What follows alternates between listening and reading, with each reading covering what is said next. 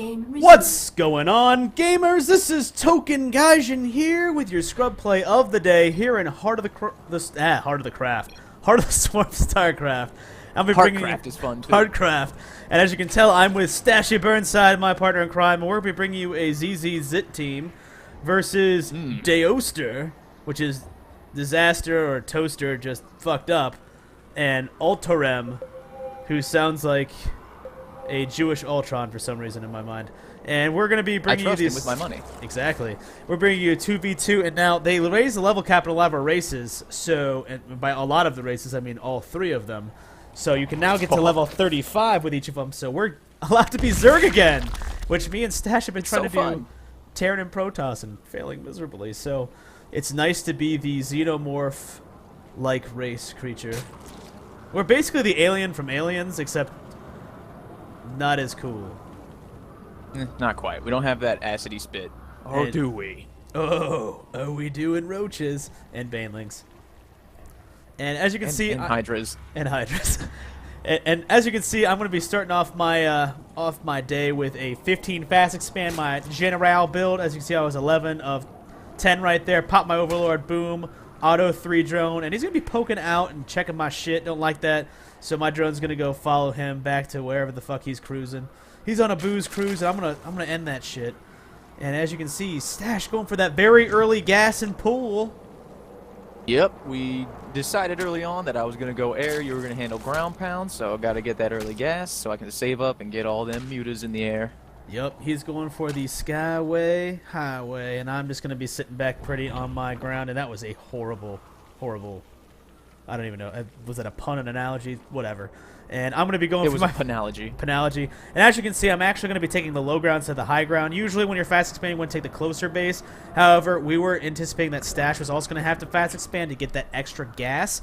So being a gentlemanly sir, and since I'm only going for early lings into whatever the hell we kind of need on the ground, I decided I can go a little bit further out. And plus, getting the low ground, when we play ZZ, kind of the thing that we do is one of us concentrates on kind of, you know, not only getting the basal defenses, but also setting things up, and that's going to be me this game, so I'm going to be getting the creep highway set up as well. It's a little easier to do on the low ground, so that's kind of how we're going to be playing things. And as you can see, he's going on a little cruise of the world. He hasn't spotted my expansion yet, and I have my pull down now, a little bit later than you normally want to, but I am going for a fast expand first into the pool, so my timing's actually pretty good right now, and as you can see, Stash is getting that second extractor down in his expansion as well. Yep, finally getting the minerals here. I was somewhat behind on my mineral gain, so I had to kind of slow down the expansion there, but we didn't see anything other than that probe come in, so nothing too scary so far. And it looks like if you want to peek up over their front line there, they've set up their pretty basic wall. They're doing standard play as far as I can tell, getting their gateways out really quick. For the Protoss, and the Terran, he's got his double rack going, but he's a little slow. Not really pumping out too many units yet. Yeah, he should have had his command. It's the 4-minute mark. You should, timing-wise, you should have that command center down a little sooner. So he's really a little bit behind. The Protoss is actually probing up pretty well. His supply could use some work, but not out of the order in the lower leagues. I mean, this is Scrubcraft. This isn't Master League or anything. So you're gonna see things like that. As you can see, I'm about 14 to 24 on my main base. I'm starting to get gas now because I want to start going into banelings and other ground forces. And my second base is popped. I've got 3 lovely little drones working on it right now. So I've got a nice little economy going. And usually when you're playing a long map in 2v2 and you're against non-Zerg races, you're going to get a lot of turtling up. So it gives us all the damn time in the world to prepare. And Stash, it looks like expansion's finally going down. Yeah, man, finally got it up. If I remember, I was pretty slow to get it fully built, but I am forever and always afraid of Void Rays, so I always try to put some aerial defenses in my back line as soon as possible. If you're playing Zerg, you usually want to get up, a spine crawler or two just to keep away those early lings, or maybe if Terran feels frisky and sends some Reapers your way, keep those at bay. But yeah, that's usually what I spend my money on, and then I finally drop my Spire to get these mutas rolling. Yep.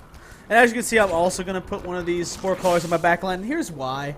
You always want to put spores in your back line when you're playing a Protoss. Because the big thing is those oracles are a bitch.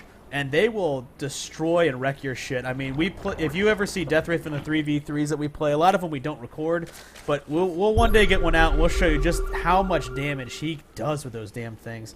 So we're going to be popping off a scan that doesn't really show them too much. I'm going to be getting my Baneling nest down, getting my lovely little metabolic boost up as well. I want to get some fast speedlings, and I also want to get some Banelings for some hits, but I'm also switching to my hatchery to a lair, because I need to start teching up pretty quickly. I wanted to get my minerals down, my actual expansion down first. I have a secondary queen that is now popped, and I'm going to be starting the creep highway on the low ground. So really still kind of making a focus just on minerals, but the reason I'm doing that is because I need to start getting out these speedlings. We know they've turtled up. I don't really know what they have, so I need to start getting that map control and poking out. So it's exactly what I'm going to start trying to do. And at this point, I'm getting some early mobile detection. Well, not early at this point. It's 8 minutes. And unfortunately, I wasn't to code with the 8-minute muta practice, so I'm coming up on probably 9-minute mutas here. But got them coming out as quick as I can. And I was really behind on mineral production this time. I think, yeah, on my secondary base, I think I just completely forgot to do mineral collection, which was totally Bush League move. But, that's what I'm here for. Actually, so the funny thing is, on that once again. Well, if you check out the income tab, though, they just got their first expansion down by the Terran. You're actually on par with the other two opponents. The thing that's kind of going to help us out is the fact that I am very much in the lead as far as minerals go. Not so much as far as Vespian, because I'm only going off the two geysers right now. But as you can see, harvest-wise, I'm at 41, so I'm doing pretty good. And this creep highway, as you can see, is spreading pretty nicely. And looking over at their base, if you actually look at it, they've got quite a bit going on as far as the ground goes, but this Terran just actually started rallying his workers to his line. So he is really behind on clicking. It looks like he is trying to do manual everything. You really want to get used to Hot King stuff because it's going to slow you down, and the Protoss going for this high grade. I'm going to poke with my Lings. I wanted to see what was going on, as you can see. Joining the party and running away. I'm just like, you know what? A little too much for me to handle at this point, but I'm going to poke in, see these gain that high grade, and realize, you know what, they haven't taken any other bases, so it means they're going for their seconds. And we do see what the Protoss is going, which is the ground pound, which exactly shows that, Stash is going to have the mobility to easily poke in and out with them and not give a fuck. And that's pretty much how it goes. It's fairly standard textbook play, even though we know he has stalkers at this point.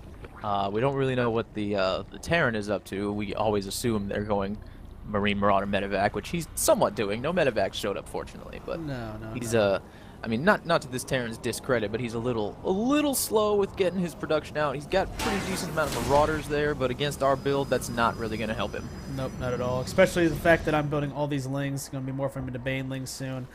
And as you can see on the production tab, I'm slowing down a little bit. I'm going to be taking this high grade as I've been spraying my creep to. Now, as you can see, I'm spreading creep in all directions, and it's really something that you want to do. Here is your Scrub pro tip of the day. Tip of the day. When you're actually, you have two Zerg, when you have a Zerg ally, when you're playing as two Zerg, you don't need to build as many ridiculously wasteful creep tumors when you're in your base. You can actually spread them out pretty nicely, and the fact that both of you are building creep, you're going to be able to play off of your allies' creep. As you can see, I'm using Stash's creep at his natural to actually jump my tumors up to spread in our main base. So I want to make sure I cover our base as much as possible. That way, if they try to get in or do any bullshit in our home turf, we will know about it.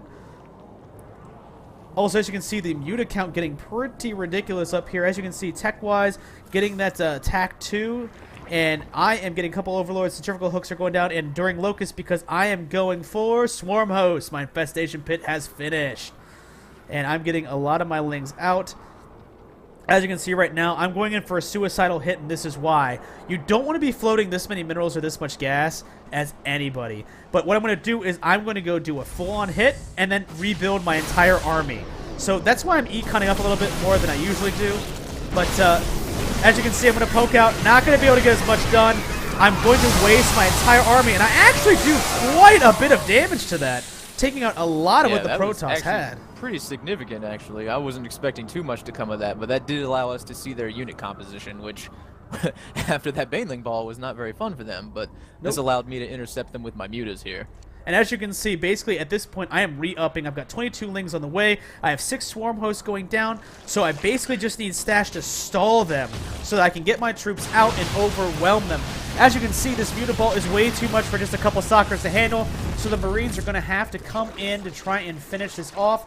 But as you can see, I am getting a massive Baneling production right now. 22 Banelings on the way, and they stalled. If they hadn't have stalled and they had pushed in, we would have been a little bit more trouble, but they're going to go after these Mutas, try to hit them. Stash taking out the Mothership Core, and as you can see, my Swarm Hosts are now out, so our base defenses are good to go. Going to burrow these fuckers down here, and right in! And that's pretty much that. And as you can see, this that is where the Muta harass kicks in. And as you can see, the probe says GTFO, and he's got a couple Stalkers in here, but these Locusts going to be able to, actually, before they die, take out quite a bit. Yep, and there's always more of those. There's never an ending supply. It's always good. Exactly, but my Locusts aren't rallying, so we're going to go over here to Stash while I defend off 3 Stalkers, which isn't a big problem, and watch him harass as I'm getting my 3rd. He is 2. Yep, fortunately for me, they didn't set up any static defenses of any kind, so if you've got this many Mutas, go in there and hit those lines. And even though he's going to come up with those big scary Archons, I'm faster than those. Just move around them, hit valuable targets. Yep, as you can see, looking it out, taking down pylons. And he's just out. He creates a couple of High Templar over here. I'd never noticed that. I guess if he had done, you know, some storms or something, that might have hurt, but he went into more Archons. Yeah, I don't know why he's not going for stuff. No, he's just going for Archons.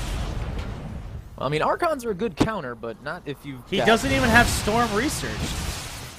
Oh, okay. Well, at this point, I know I'm pretty much going to be able to just run a train on everything he's got going as far as his resource lines, because they've got nothing. Yep, and as you can see, I'm teching up to make sure that I have the ground pound keep going. I've got Hydralisks coming out too, because I want to go to a Swarm Host Hydralisk build. I have 11 Swarm Hosts dropped right now in production, which is quite a bit because I now have this high-grade base, which I'm starting to mine. Our creep highway is nearly complete. Stash is a 30. He really doesn't have to even worry about right now. He's just making these little pokes in and out, just destroying everything he can.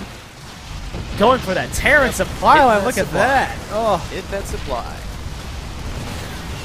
Might lose 1 or 2 Mutas in this endeavor, but they regenerate, so it's not really all that big a deal.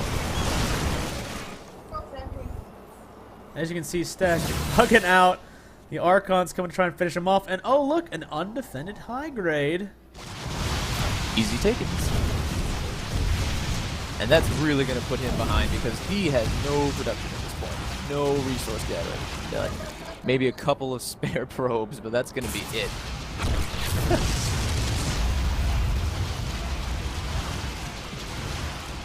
And I unfortunately didn't get to hit the Terran as hard as I wanted to, but with these backup Mutas coming along here, it's not going to be too difficult to get back in there and do some more damage, because, yet again, they have not set up any air defenses of any kind. He's more concerned with rebuilding his supply at this point. Yep, and the great thing about this, too, is I can literally just bulk up.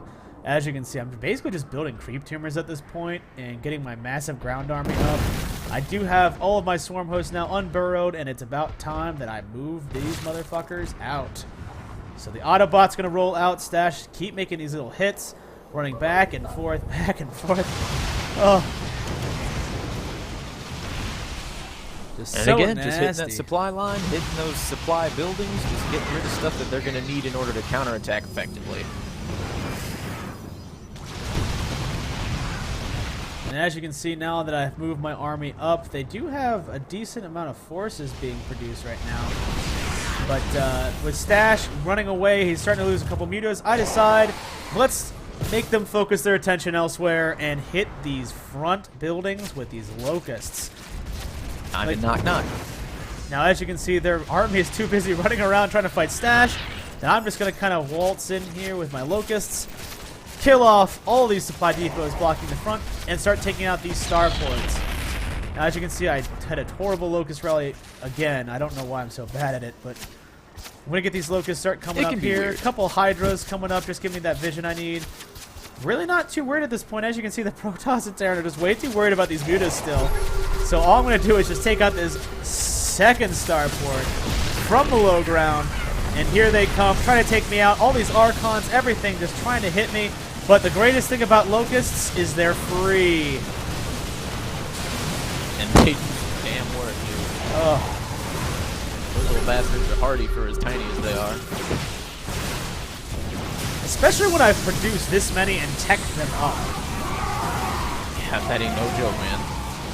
And now the Lings coming in just to add insult to injury and to protect the locusts, which are free units. But they are far more valuable at this point than the Lings. They're still just trying to creep down so slow. And at this point, I've completely knocked out the Protoss. He's got nothing, so I'm kind of on his tech. Yep. And as you at can that point, it's too late. Yep. Locusts are no joke, and that's going to be the GG for this ZZ versus PT. And as you can see, really the greatest thing that you can do is just play right into what other races do. Now the big thing is we didn't get early scouting out, which is very Bush League. That's going to be another scrub tip of the day. Make sure you scout your opponent. We did not do that, and that's probably very Bush League, but it's kind of nice that it played into our hand because they just did the standard turtling up that, you know, Protoss and Zerg Protoss and Terran like to do against Zerg, and it allowed us to not only fast expand and econ up, but to tech easily into the ability to just keep hitting them hard.